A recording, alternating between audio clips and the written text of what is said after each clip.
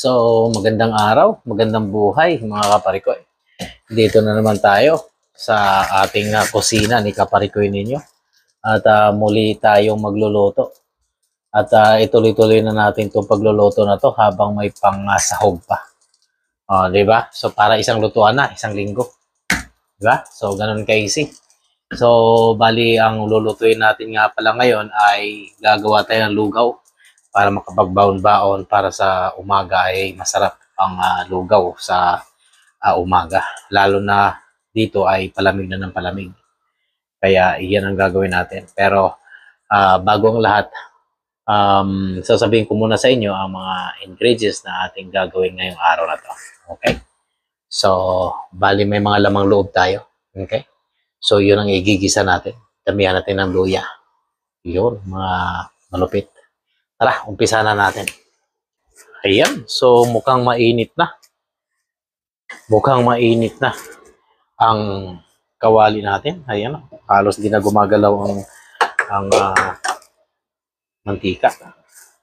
So, syempre kailangan unahin na natin pag-isa ang luya. Ayan. Baka napapansin ninyo, bakit wala tayong bawang. Ang bawang natin ay roasted bawang na ang gagamitin natin. Ayan. Ayan. At huwag kayong mag-alala dahil yung lamang loob na meron ako ay may garlic powder na yan na nilagay. So, hayaan lang nating magkaroon siya ng at lumabas yung pagiging aroma ng luya. At isusunod na natin ang ating sibuyas. Ayan. Okay, so lakasan na rin natin ang apoy, mga kaparikoy. So, bakit nga ba naisipan ko itong ganito ang luto? Ito ay version ko lang to ha. Iba-ibang klase ang logo na meron tayo. Ito yung version natin. At namimiss ko ang ating lugaw tuwing nag-uulan at malamig ang panahon. At siya nga pala, bago ang lahat, baka makalimutan ko nga pala ipapakita sa inyo, gagamit tayo ng malagkit. Ayan. So, nababad ko na yan, napakuluan ko na din yan, at nasubside na ng tubig yan. So, hindi ko masyadong niluto yan. So, half lang yan. Half cook lang yan dahil igigisa ko pa dito yan. Yan. Para mas lalong magkaroon ng malupit. Ayan. Ito yung lamang loob natin. Lamasin nyo lang yan. Ayan. Ayan. Huwag kayong matakot. Kasi yan ay malamig pa yan. Sama nyo lang kamay yan. Yan ang nagpapasarap dyan. Yung kamay.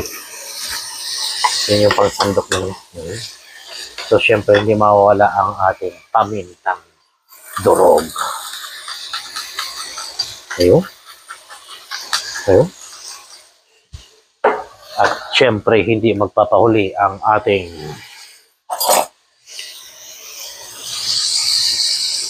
chicken powder.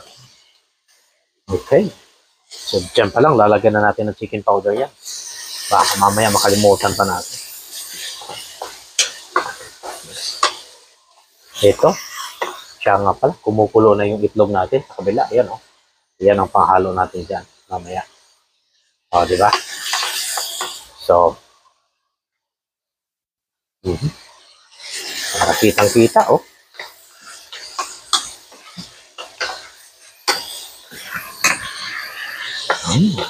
Yan ang gustong-gusto kong umay ito. Maanggo-anggo. Yan ang matagal ko nang inahan. Pangit kasi pagka walang amoy.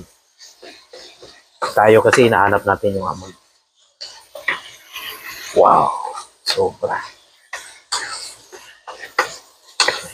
Nagmamatika na siya. Yan ang nagpapasarap dyan, mga kaparikoy. Okay?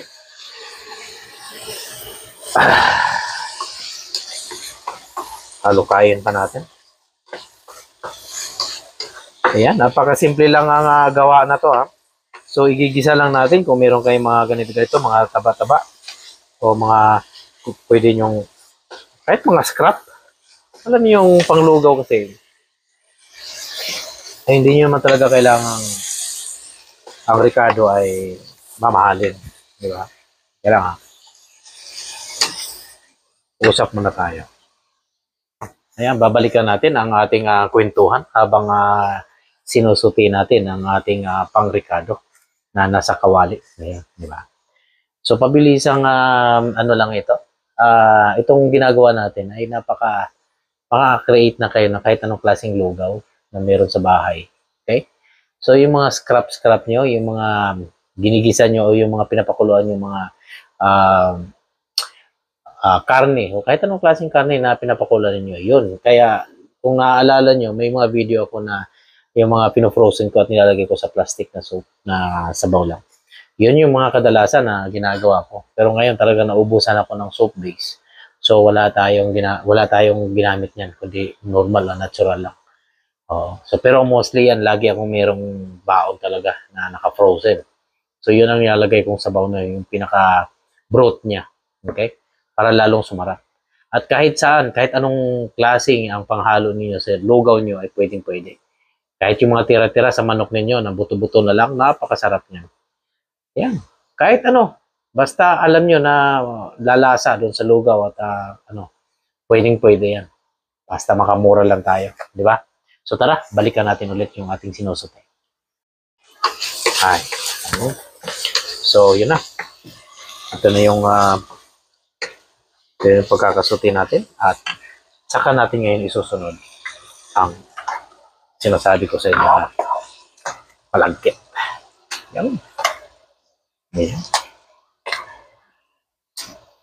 Mga may marami nagsasabi dyan, hindi naman ganito ang pagluluto. Ay, ito depende sa diskarte ninyo kung paano kayo magluluto ng lugaw. Diskarte ko ay kung meron kayong mga lamang, soap base o na manok, pinakuluan ninyo, sa nyo ilalagay yan pagka nagano kayo ng kanin. Yun ang pang sabaw ninyo para lalong lumasa. So, dagdagan pa natin ng konti para lahat sila makakain. Ka-easy yan. Hindi na kailangan. Yo. So, habang ginagano natin yan, alam nyo,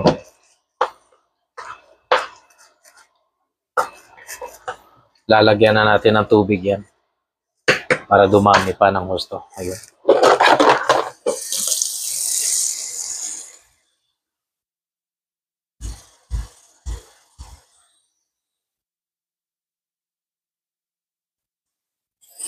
Masarap ang maraming sahog. At syempre, depende yan sa nyo kung marami kayong pang sahog. Okay? So, huwag kayo matakot sa chicken base na ilalagyan nyo. Kasi, yan, hindi naman maalat yan. Okay? Hindi maalat yan. Okay? At meron tayong pang sikreto dyan para maging healthy ang lahat. At kailangan natin ng turmeric dito. Turmeric. So, bubod nyo lang yan.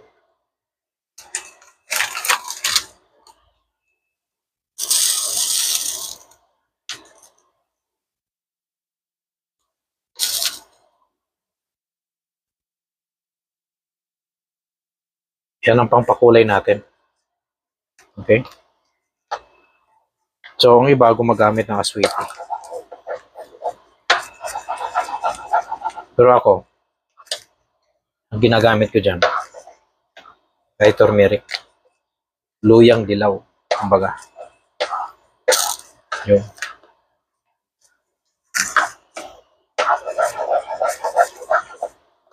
Napaka-aromatic yan. Pag yun ang ginagamit ninyo. At syempre, hindi rin na naman magpapahuli ang lahat ng ating sikretong malupit. Ang saffron. Yan.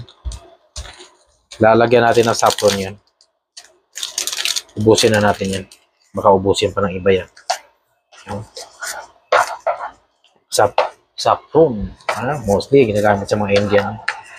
Pero hindi ano yun, may ano, hindi yan ay flower ng ano, saffron flower. Okay? So,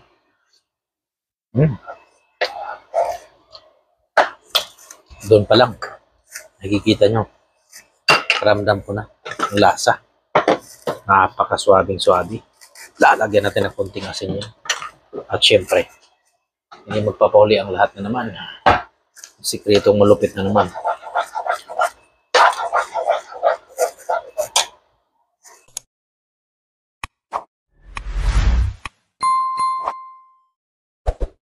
Siyempre, nasabi ko na nga na hindi magpapahuli ang lahat.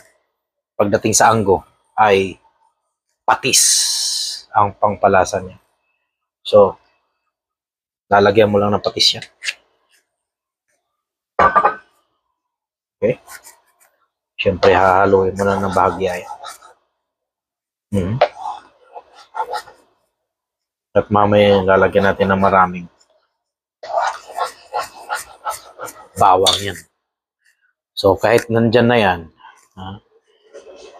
pudburan mo na ng garlic yan.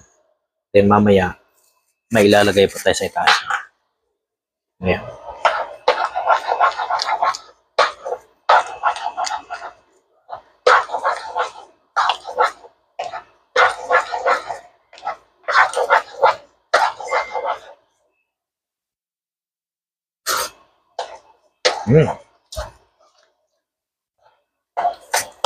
Yan ang sinasabi ko. At hindi na naman magpapahuli ang lahat. Lagi talagang panalo ito. Kasi ubos na ang ating magic sarap. Last episode na tong magic sarap natin. Kabili na naman sa merkado.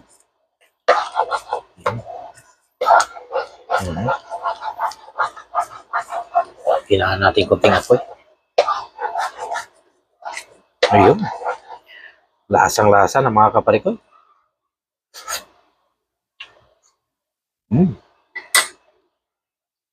Malupit. Yan ang sinasabi ko sa inyo.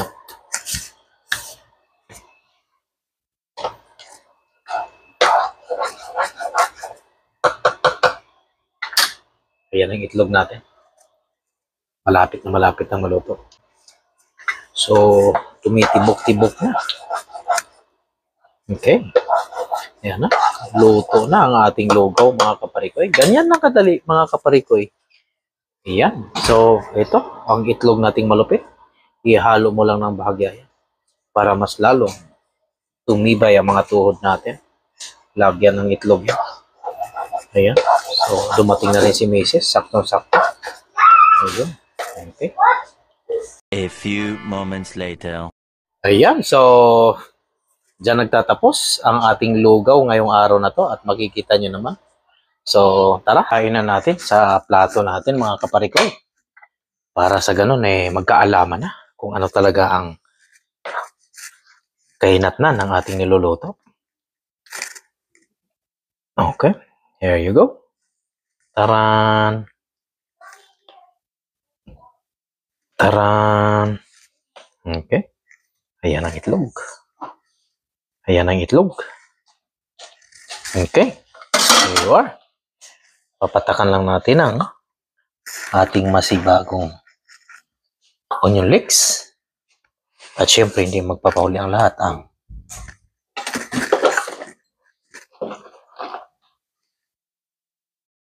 Ayan na, mga kaparikoy. Yan na yung ano natin. At sakto, dumating rin si Mrs. Siya yung unang titikim ng ating lugaw ngayong araw na to.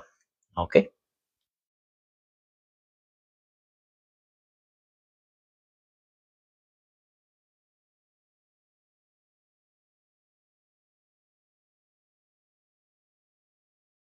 Ayan, so ito na mga kaparikoy. So, dito na naman tayo sa tikiman portion natin. So, titikman na natin yung ating gawa.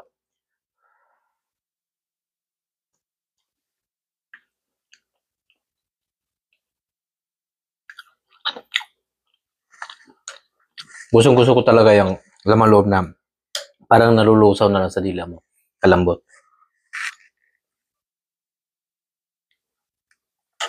Tsaka gusto ko rin niya malagkit yung ginagamit. Kasi gusto ko yung di na ako maglalagay ng kahit na pampalapot.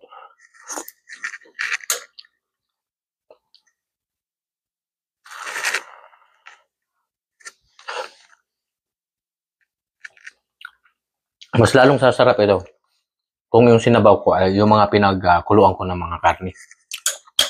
Kaso ngayong araw na to, wala ako nun. Kaya okay lang rin naman kasi naglagay ako ng chicken base. Saktong-sakto talaga sa taglamig. Kung lalo na pagka umuulan, ganito na ganito, napakatakam. Nakakatakam. Ito. Lasang-lasa. Yung, ganyan.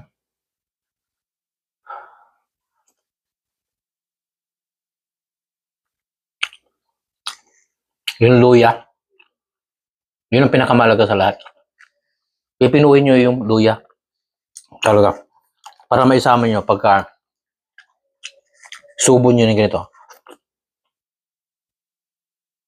Natatangay yung luya. Kasabay doon sa kanin at saka yung karni. So talagang ang malalasahan mo lang ay yung luya. Wala yung anggo. At syempre yung bawang. Pakita ko sa inyo yung bawang. Ayan. Dito naman kasi ay ano na yan. Gawa na yan, naka-dried, may nabibili na.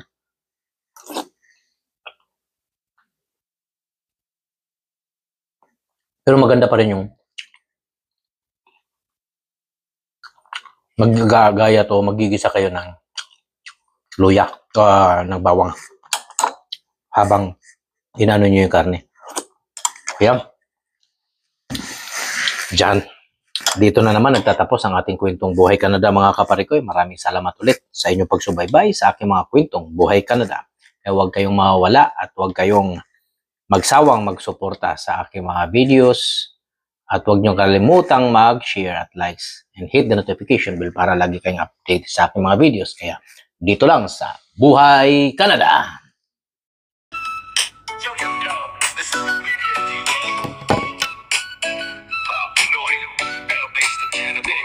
I'm now sharing life, everyday vibes, Canada stories with the Noy pride.